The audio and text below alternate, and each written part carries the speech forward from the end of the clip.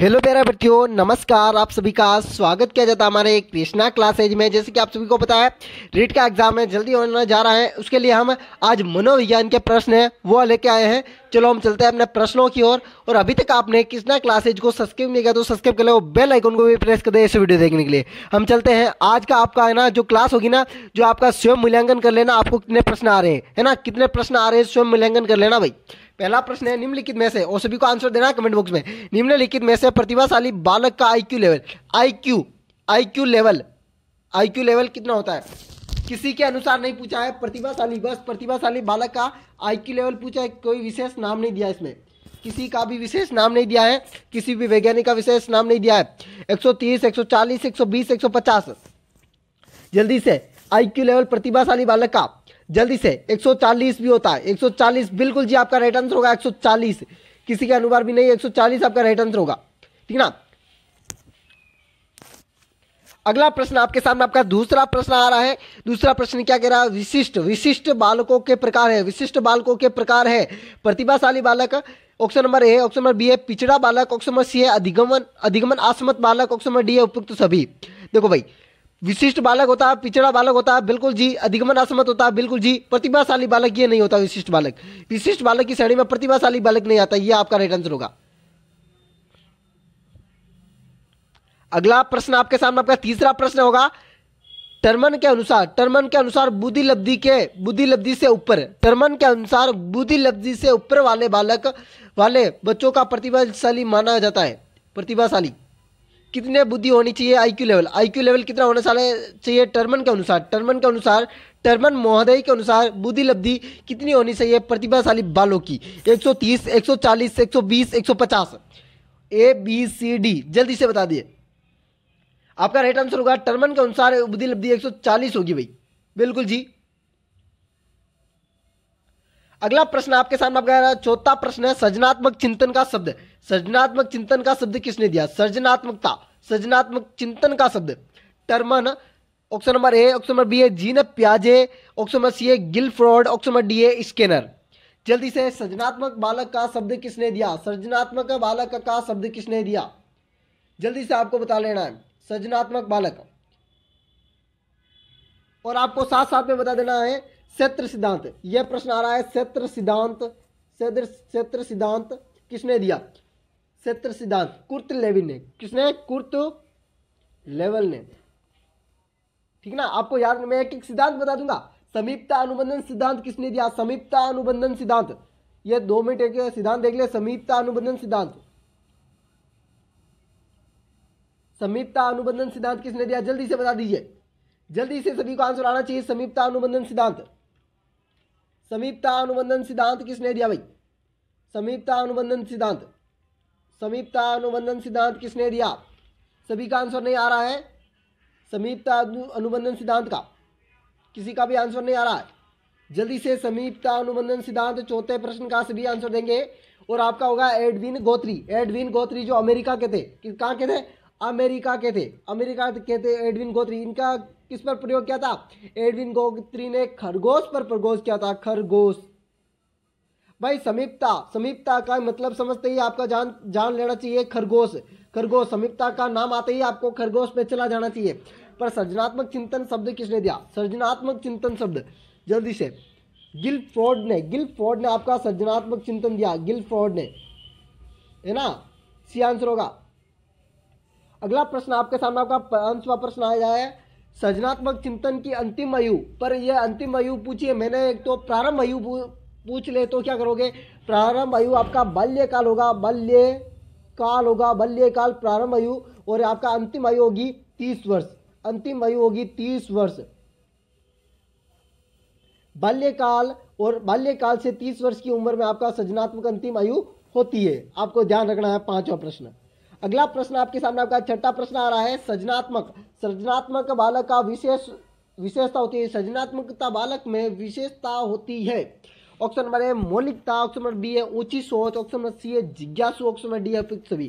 भाई सृजनात्मक बालक होता उसकी ऊंची सोच भी होगी, बिल्कुल जी। ऑप्शन नंबर बी क्या कह रहा, ऊंची मौलिकता भी होगी, बिल्कुल जी। जिज्ञासु भी होगा, बिल्कुल जी। उपयुक्त डी आंसर होगा आपका 6ठा प्रश्न में। कौन सा होगा, डी आंसर होगा आपका। अगला ही प्रश्न आपके सामने आपका 7वां प्रश्न आया अधिगम से।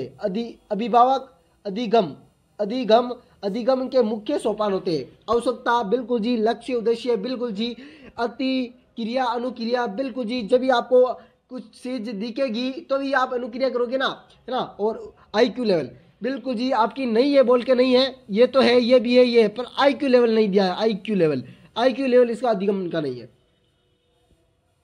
आपके सामने आपका 8वां प्रश्न क्या कह रहा है? 8वां प्रश्न क्या कह रहा है? रॉबर्ट मैन के द्वारा अधिगम के प्रकार है। जल्दी से बता दीजिए, इसके द्वारा अधिगमन के कितने प्रकार बताए गए हैं? रॉबर्ट मैन के द्वारा अधिगमन के प्रकार option number A 5, option number B है 6, ऑप्शन नंबर सी आपका 8, ऑप्शन नंबर डी आपका 9।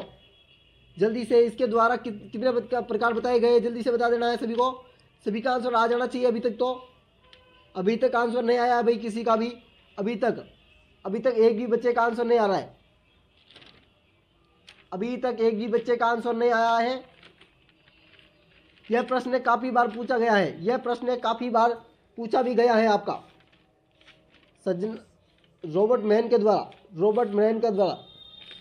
आपका बिल्कुल जी राइट आंसर नहीं आया अभी तक, और मैं बता देता हूं आपका राइट आंसर होगा option number A. Option number C होगा 8 होगा। कौन सा? 8 होगा। और कौन कौन सा होता है आपको बता दूं। पहला होगा संकेत के आधार पर, संकेत अधिगम। दूसरा होगा उद्दीपक। एक बार फिर से देख ले, पहला आपका होगा संकेत। तीसरा आपका होगा उद्दीपक। दूसरा होगा उद्दीपक। तीसरा होगा श्रृंखला अधिगम,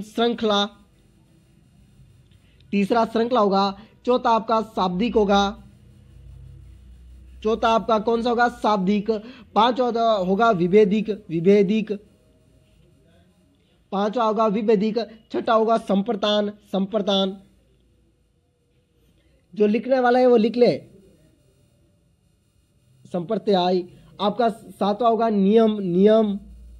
और 8वां आपका अंतिम होगा समस्या निवारण।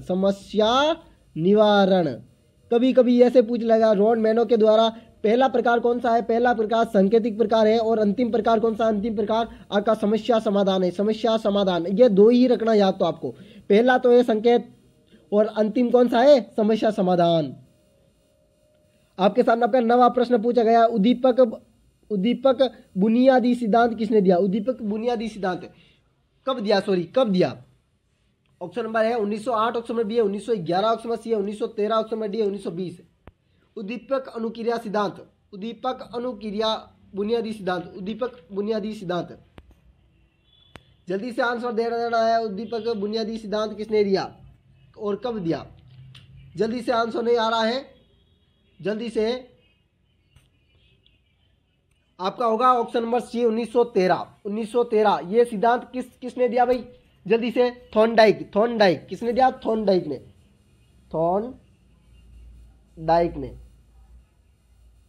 ने दिया। और इसकी एक पुस्तक थी एनिमल इंटेलिजेंट। इसकी पुस्तक कौन सी थी? एनिमल इंटेलिजेंट में इन्होंने बताया था कि बुद्धि लब्धि की खोज की थी। सॉरी भाई, एनिमल इंटेलिजेंट में, है ना। और इन्हें क्या प्रयोग किस पर किया गया था? प्रयोग भूखी बिल्ली पर। भूखी बिल्ली पर नहीं, भूखी बिल्ली पर। भूखी बिल्ली पर बताना, भूखी बिल्ली पर। और पिंजरे में बंद किया गया था, मांस का टुकड़ा। आपको याद रखना है ना। अगला प्रश्न आपके सामने आपका 10वां प्रश्न आएगा उद्दीपक अनुक्रिया सिद्धांत किसने दिया? अभी बताया था उद्दीपक अनुक्रिया सिद्धांत आपके थॉर्नडाइक ने दिया था। 11वां प्रश्न पुनर्बलन का सिद्धांत किसने दिया? जिसे सबलीकरण का भी सिद्धांत कहते हैं। पुनर्बलन का सिद्धांत स्कैनर द्वारा, option number A, option number B Hull द्वारा, CL Hull, option number C Clark द्वारा, ऑप्शन नंबर डी कोलहर। जल्दी से बता दीजिए। पुनर्बलन सबलीकरण का सिद्धांत CL हल ने दिया था आपका, CN हल ने दिया था। पुनर्बलन सबलीकरण का सिद्धांत CL हल ने दिया था। आपको याद रखना है CN हल। किसी भी कंडीशन में आपको इसे हल चीज को नहीं भूलना चाहिए, क्योंकि इसके प्रश्न काफी बार पूछे गए थे। हर बार CL हल का एक प्रश्न पक्का बनता है, इसलिए CL हल को एक बार पक्का। और इस पर बिल्ली और चूहे पर प्रयोग किया था। किस पर? बिल्ली और चूहे का प्रयोग किया था। ये कहाँ के रहने वाले थे? ये अमेरिका के रहने वाले थे। आपको याद रखना था। इसकी पुस्तक कौन सी थी? प्रिंसिपल ऑफ बिहेवियर,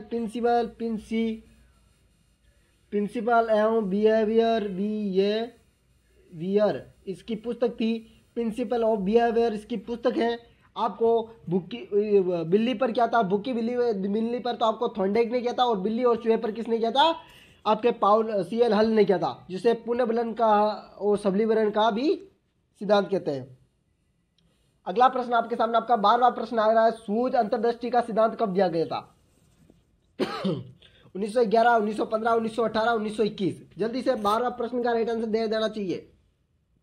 सूझ अंतर्दृष्टि का सिद्धांत, सूझ का सिद्धांत, जल्दी से आंसर आना चाहिए। सूझ का सिद्धांत कब दिया गया भाई? सूझ का सिद्धांत शुरुआत तो आपके 1911 में हुई थी भाई। सूझ का सिद्धांत की कब? 1911 में, ठीक है ना, आपको 1911। और ये सूझ अंतर्दृष्टि के सिद्धांत का आप कहाँ के रहने वाले थे? और प्रवर्तक कौन सा है? मैक्स वर्डिमर। सूझ का सिद्धांत किसने दिया? मैक्स वर्डिमर ने 1911 में दिया था। ये अमेरिका के थे, अमेरिका के। इनकी एक पुस्तक थी, कौन सी? इनकी कौन सी पुस्तक थी? जल्दी से बता दीजिए। मैक्स वर्दिमर की एक पुस्तक थी गेस्टाल नाम से। कौन सी? गेस्टाल से।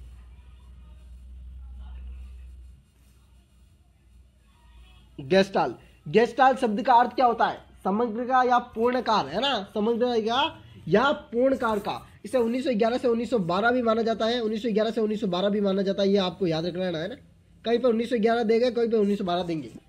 ये फिर मत बोलना सर आपने बताया नहीं, मैंने बता दिया है। 13वां प्रश्न है, सामाजिक अधिगमन सिद्धांत कब दिया गया? सामाजिक अधिगमन सिद्धांत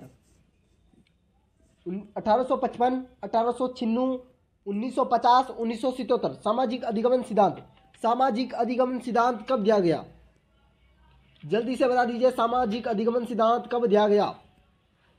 अल्बर्ट बाउडर द्वारा।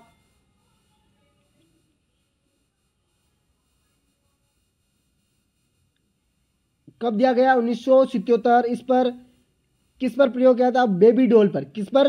बेबी डॉल पर इसका प्रयोग किया था, बेबी डॉल पर, है ना। बच्चों अपने मॉडल या संप्रेषण का अनुकरण करते हुए व्यवहार करते हैं, इसे व्यवहारिकता का भी नियम कहते हैं। इसका प्रयोग मूवी या बेबी डॉल पर, है ना, आपको याद रखना है। और कब? 1977 में। अगला प्रश्न आपके सामने आपका 14वां प्रश्न आ रहा है, निम्नलिखित में से बेबी डॉल पर कौन सा सिद्धांत आधारित? अभी बताया था सामाजिक अधिगमन सिद्धांत। बिल्कुल जी, सामाजिक अधिगमन सिद्धांत का प्रवर्तक कौन है? बिल्कुल जी, जल्दी बताइए। अल्बर्ट बाउडर। आपको याद रख लेना भाई सभी बातें एक बार। 15वां प्रश्न, अंतिमवां प्रश्न आ रहा आपका, निम्नलिखित में से अधिगमन के अणुक्षेत्र ज्ञानता अनुक्षेत्र, भावनात्मक अनुक्षेत्र, क्रियात्मक अनुक्षेत्र, उपक्षेपी। बिल्कुल जी, आपके तीनों ही अनुक्षेत्र हैं इस अधिगमन के। और आपको किसी भी प्रकार की पीडीएफ चाहिए तो मेरे को मैसेज कर देना इस नंबर पर 8290620289 पर, ठीक ना। आप सभी विद्यार्थी किसी भी तरह की पीडीएफ आए तो इस नंबर पर मैसेज कर देना। चैनल को सब्सक्राइब और बेल आइकन को प्रेस कर देना ऐसे वीडियो देखने के लिए। चलो हम चलते हैं, अगले वीडियो में फिर से मिलेंगे आपको इसी प्रकार के वीडियो के साथ। और अगला वीडियो आपका जो सामाजिक अधिगमन नहीं होगा, आपका विकास का होगा, बाल विकास के संबंधित अगला वीडियो होगा। उसलिए आपको क्लास को जरूर देखना है और चैनल को सब्सक्राइब और बेल आइकन को प्रेस कर देना और घंटी को भी प्रेस कर देना, जिससे आपको हर एक वीडियो की अपडेट भी मिल जाए। वेलकम साथियों, अगले वीडियो में मिलेंगे हम। राधे राधे, अलविदा साथियों। और कल किसी कारण वजह से आपकी मनोज सर की क्लास नहीं हो पाई, आज शाम 4 बजे आपकी मनोज सर की क्लास होगी, ठीक है ना। हिंदी की मनोज सर की क्लास होगी आपकी, ठीक ना। वेलकम साथियों, अगले वीडियो में मिलेंगे हम इसी प्रकार के वीडियो के साथ। राधे राधे, अलविदा, जय हिंद साथियों, जय श्री देवनारायण की।